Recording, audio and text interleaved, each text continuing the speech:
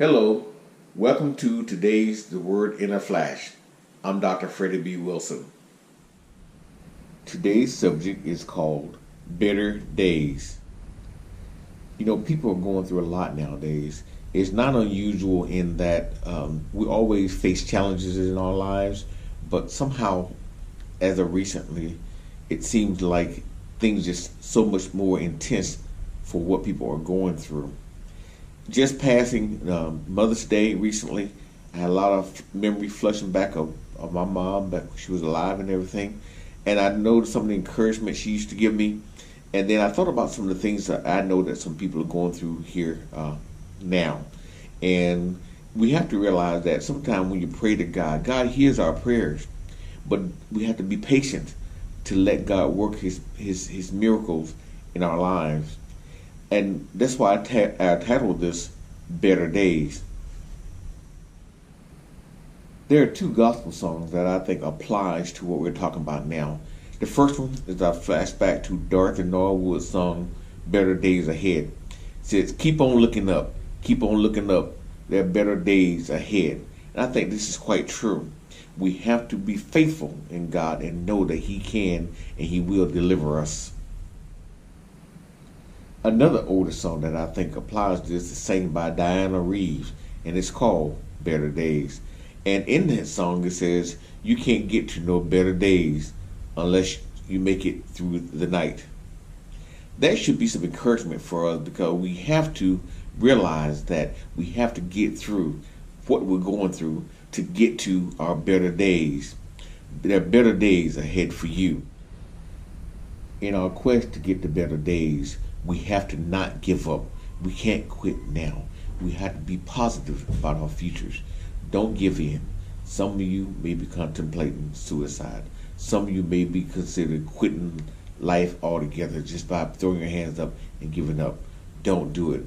I encourage you to stay faithful in God and look to Him for your strength. So when your children are acting up, just keep prayerful and look for better days.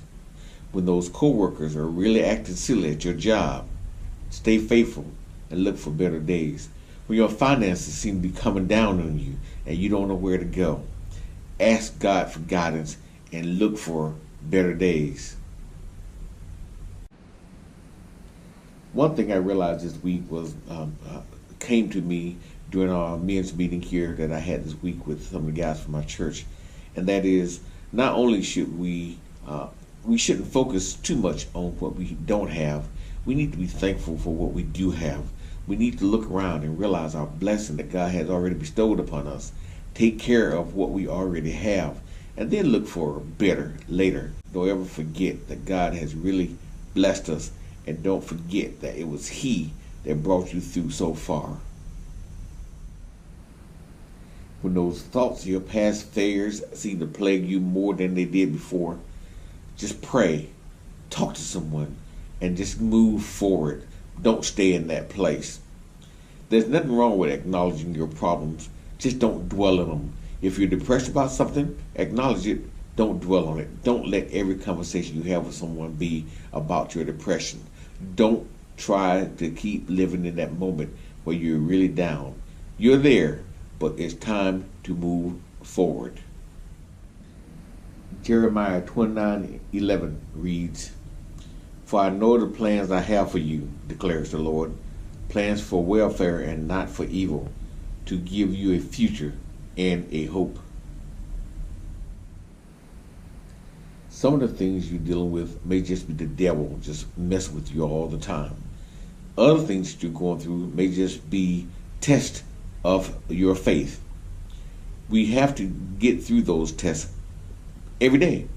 But you can't just give up. You can't say, God, I don't know where you are. What shall I do next? I don't believe that you're going to work in my behalf. You have to stay faithful and realize that, God, I know you're here. Please continue to protect me. Guide me through it all. Don't think I'm just talking to you from some high post and don't know the things you're going through. I just recently went home to spend time with my family, and a lot of my time was spent repairing things around the house and or paying for things and I had 3 different vehicles I had to pay for maintenance on.